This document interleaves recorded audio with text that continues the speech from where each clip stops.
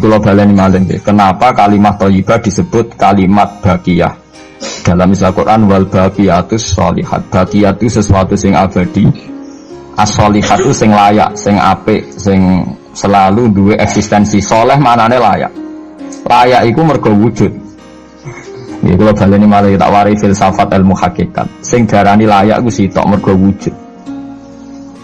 Nak barang ora wujud itu jenenge dilafatno tapi mboten layak. Jadi barang ana sing dilafatno tapi ora layak, ana sing ora usah dilafatno tapi wis layak disebut sholihat. Saleh maknane apa? Layak atau punya eksistensi. Misalnya begini ya, kula tak warai nggih ben sampean nang lafadz la ilaha illallah itu benar. Ketika manusia itu menganggap yes umum maknanya menganggap itu sesuatu tidak ada tapi dianggap nopo ada, itu jenenge menganggap. Ketika manusia itu menganggap bahwa tidur itu penting, kalau orang tidak tidur itu maka dia akan lemah, kalau orang tidak makan itu dia akan mati.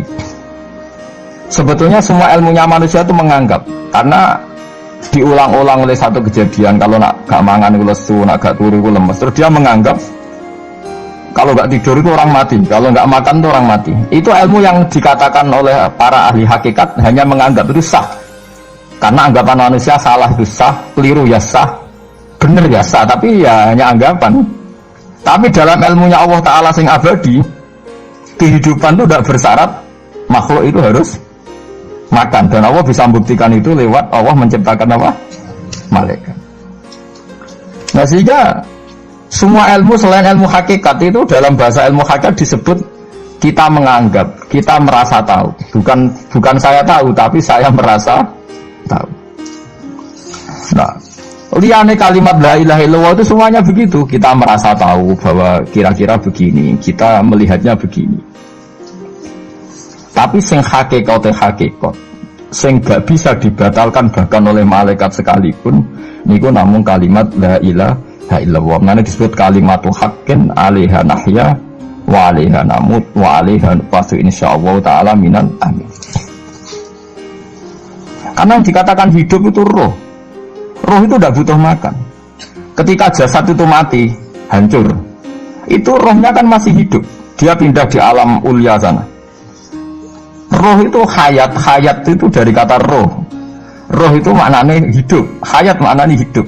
Roh dan hayat ini satu sistem yang kita tidak tahu, yang tahu hanya Allah. Ini tidak butuh makan. Sing butuh makan, butuh utang, butuh bodoh ini jasad. Paham ya? Roh ora tau utang, ora tau gadekno BPKB, paham ya? Tidak melo-melo dia. Makanya ketika jasad kakean pola itu roh nyesal. Kok ngatasnamakan saya demi hidup sampai di ruang utang-utang wong, di ruang uri gue bulat. Toh saya bisa hidup tanpa hutang. Lah itu menurut saya itu aneh.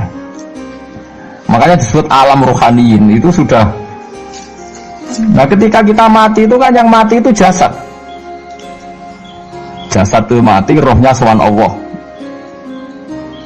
Tapi kita secara bodoh mengatakan kita mati. Loh, yang mati itu siapa? Hanya jasad kita, roh kita tidak mati. Yang sowan Allah itu roh kita. Tapi kita bilang kita mati. Ya berarti kita bilang kita mati, ya kita mati. Menurut bahasa manusia kalau kita sudah tidak ambekan, tidak makan, tidak minum, disebut kita nopo mati.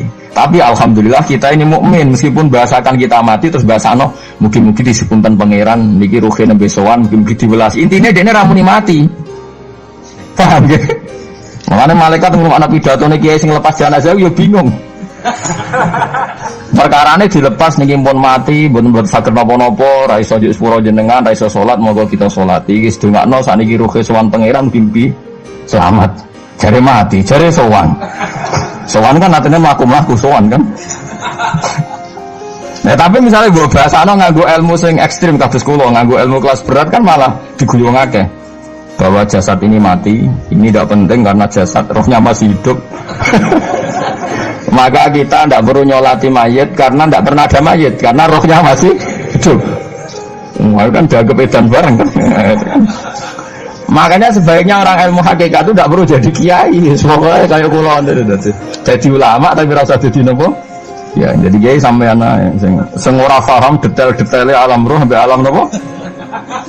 Alam napa? Jasad. Nah, itu keliru itu penting karena kalau tidak keliru itu tadi. Paham sih kalau maksudnya. Nah, itu disebut. Nah, kalau sama tanya, lalu roh itu gimana Gus? Ya nggak ada jawabannya. Wong Rasulullah saja yang orang paling pinter di dunia, orang paling tahu wa selalu naka anir roh kulir roh min amri Rabbi. Roh itu urusannya pangeran. Makanya kalau sekarang sampean pertanyaannya gini. Waktu gale guyonane Siti Jenar. Siti Jenar itu ya ono pinter, ya ngawur tapi ono pinter. Dene iku ora tau salat. Sing salat ruhe jare. Dadi ora tau sujud, sing sujud jare ruhe. Nek darane wali songo iki goblok. Wali songo iki gobloke ra karuan jare Siti Jenar. Wong kon salat, bathuke nganti ngecap jare Siti Jenar. Lah nek sing ngecap bathuke sampean fisik iku hancur, pas ketemu Allah seksine apa? Jare Siti Jenar ke jalan ketemu pintu.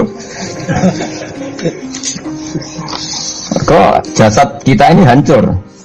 Misalnya kayak ngandalo batuk ngecap, jasad ini kan hancur. Sing fokus sowan pangeran rohem.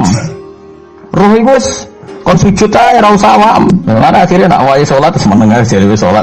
Sing ada teng pintu-pintu ni. Nah sing mung syariat terangno ora iso. Rata-rata kiai syariat kan ra pinter hakikat. Mau ngamuk ngono to, murtad kuwi. Nah ngamuk to. Hasil wong syariat kan apa? Ngamuk. Ngamuk ana seresan rango ngamuk. Ya akhirnya gak sambung kan. Saya pastikan ajaran Kak Siti Jenar itu sesat. Sesatnya adalah wali-wali yang alim, termasuk wali songo yang alim itu bilang begini. Ketika bathuk kita dikokon sujud ning pangeran, kita sujud itu sebetulnya bukti bahwa fisik kita itu tunduk sama perintah roh. Karena roh kita sujud, roh ini menyuruh fisik kita juga ikut sujud. Jangan jadikan fisik ini rivalnya roh. Itu kita gobloknya Siti Jenar. Kalau roh kamu sujud, fisik kamu tidak sujud, namanya rivalitas. Berarti kowe di jisim, duwe wadak sing ra nurut roh. Berarti rivalitas. Lalu jasad kamu itu sing mimpin sapa kok gak nurut. Lah ini malah sing rada-rada Siti Jenar tobat mulai detik ini paham ya. Karena ya mboten tak jak mikir sampean paham ya. Jadi ini permainan ilmu kelas tinggi paham ya. Kayaknya gak tahu mikir toh. Ya diwarai kok ben kok alhamdulillah aku fase. Paham ya? Paham ya? Makanya andaikan malaikat itu kok sujud ning Nabi Adam ketika Allah nyuruh, "Hei para malaikat, saya menciptakan manusia namanya Adam. Setelah jadi maka kamu sujudlah." Itu malaikat sujud. Sujudnya malaikat bukan karena nganggap Nabi Adam itu Tuhan atau makhluk yang istimewa, enggak, karena perintah Allah disuruh sujud. Malaikat enggak perlu tanya maknanya sujud ke Adam itu apa, enggak perlu, pokoknya karena Allah nyuruh ya sujud. Paham ya? Setan pakai rasional, ngapain sujud Adam? Musuh bodoh-bodoh makhluk. Mulanya orang aliran sing sesat malah darani malaikat sama iblis itu tauhidnya tinggi iblis. Karena malaikat diuji disuruh sujud sama Adam, makhluk mau, terjebak dia sama permainan Tuhan. Apa yang orang dari malaikat terjebak tes-tesane pangeran. Iblis lebih pinter perkara nera gelem sujud. Berarti dia mau gelem sujudnya namun kalian Allah. Lha kok ono sesat kok. Wong kok nganggur nganti ngono, maksudnya mikire iso ngono. Mulane sing do diutang dosa mluwi apik timbang sing dipikiran ngene iki, paham ya? Paham ya? Jadi malaikat terjebak permainan Tuhan, dites gak lulus ya. Itu ngeri kalau nuruti alin-alin ngoten. Yang benar adalah setan itu dianggap keliru. Karena dia tidak punya otoritas pikiran. Dia ini ora wujud, hakikatnya setan malaikat gak wujud, wujudnya diwujudna Allah. Nak wujudnya diwujudna Allah, apa wae sing dadi dawuh Allah kudu sami'na wa ata'na. Karena dia tidak bisa menjadi rival Tuhan. Makanya kalau kita diperintah Allah langsung lakoni, gak usah gawe rivalitas. Mulai pada bahasane ke kon mangan wis sareng nak Allah ngutus mangan wis mangan ae. Nang kok warken begitu iso kan mangan. Nak kon mangan ya ora mangan, pokoke kon nurut. Nah itu kelirune Siti Jenar, dia lupa dia itu lupa bahwa dengan mengatakan jasadnya tidak perlu sujud, mergo sok ben dihisab roh, dia bikin rivalitas antara roh dan jasad. Mula kita mau aliran Siti Jenar mulai yang versi Arab sampai versi tulisannya wong-wong bingung-bingung itu, sing luwih bela Siti Jenar timbang Wali Songo. Bahkan dalam cerita itu seakan-akan Wali Songo kasut, mergo jare Siti Jenar dipateni wangi terus ganti asu macam-macam lah ceritanya. Mula nu peneliti ra kabeh, kula ra kaya Kiai Mustofa ini kaya apa ya ngene. Gak jelas roe tapi jelas dadi kiai ini. Enak ngoten niku. Dadi ana wong ilmune ra pati akeh tapi jelas di kiai no. Kula ilmune akeh ra pati di kiai no. Jadi kekeliruan ini mergo ngoten niku memang ilmu hakikat itu jelimet. Tapi sampean harus saya latih. Jadi sampean ngaji niki yo suwi tuwa supaya kenal sithik-sithik. Lah nanti makanya nanti menghilangkan barang batil itu mudah sekali. Karena barang batil itu hakikatnya enggak ada. Mbok ana wong muni 1 miliar ditambah 1 triliun jumlah 5 rupiah, mbok sing disebut angka 1 miliar 1 triliun lafaz ini enggak ada. Lafaz ini enggak ada, fakta ini enggak ada. Makanya disebut di Quran iyaquluna illa kadziba. Sebagian Quran istilah lebih ekstrim. Kaburas kalimatan takhruju min afwahihim. Kalimat itu menjadi besar karena ada yang melafatkan, tapi kalimat ini tidak pernah menunjuk hakikat. Lho gitu, misalnya wong nyebut iki geni, wong ki HP kok darani geni, itu pernah ada kalimatnya tapi tidak ada faktanya. Ini batu disebut itu Tuhan, yang benar itu batu disebut Tuhan itu kan kalimat sing ada kalimatnya tapi tidak ada faktanya. Paham ya? Ini disebut kaburos kalimatan sing takhruju min afwahim. Terus iyaquluna illa kadziba. Mereka hanya ngomong secara dusta. Sebetulnya kalau barang hakikat itu tidak usah diomongkan, itu tadi kalimatu haqqin 'alaiha nahya wa 'alaiha namut wa 'alaiha nuqasu insyaallah taala minal amin. Tapi kalau kalimatul batil kalau enggak diomongkan enggak ada yang ngomong. Karena harus diomongkan. Itu pun enggak menunjuk apa? Enggak menunjuk apa? Hakikat. Lah semua manusia itu ngomongnya itu rodok-rodok ala zamihim sesuai klaimnya. Malah omongannya sampean bingung nama malaikat. Saya jamin, gua sampean kenal malaikat kados kula niku malaikat sambat tenan mbok omongannya sampean. Kondak gimana coba? Kita bilang saya ini kaya, baru punya uang banyak kaya. Malaikat sing nyekseni kekayaane Allah janggal, kere kok muni sugih. Terus kowe muni saya ini orang kuat karena saya presiden Amerika, saya presiden Indonesia orang kuat. Kita pun sebagai kiai bilang Jokowi itu orang kuat, presiden itu orang kuat. Malaikat sing roh langit bumi, sing roh Allah, dijayani Allah, pemene malaikat Israel. Mantel sak boleh ana bahasa kuat. Semuanya tak protes ber kok iso muni kuat itu kuat apa nih? Jadi bahasa manusia itu membingungkan semua. Coba Anda jadi malaikat Israel, terus ana wong peteta-petete muni kuat. Kuat temen ning tak pites setiap saat itu.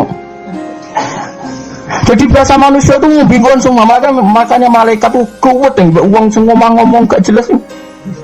Nah, makanya mereka nggak dianggap temannya malaikat, karena tidak wali, dia tidak tahu ilmunya malaikat.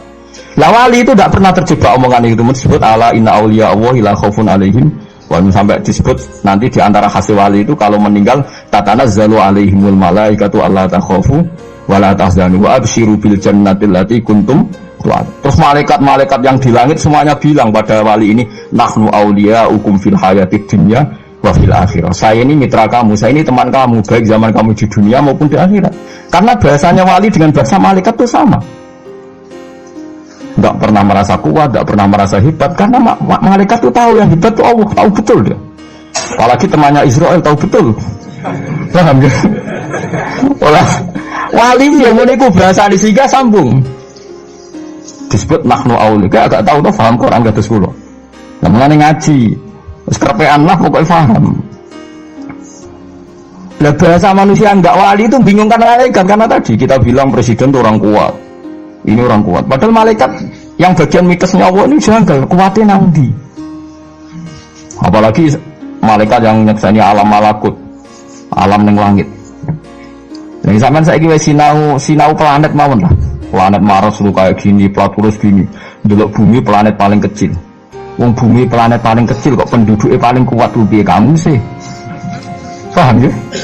Wes bumi paling kecil digoni wong miliatan. Terus untuk mau sepiro?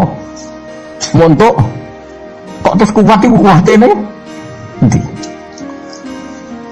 Berarti sampai membahasakan orang kuat harus gak sido bener. Orang itu ilmuwan, orang paling pinter di dunia. Pinternya nih.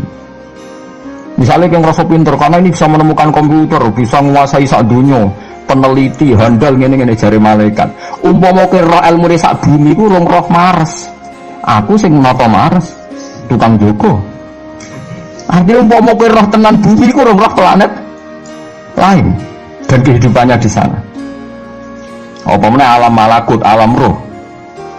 Misalnya alam kematian itu butuh ilmu 99, alam dunia mau butuh sitok. Ketika Nabi bandingan ilmu dunia sampai akhirat itu 99 banding 1. 1 dibagi wong sak dunia.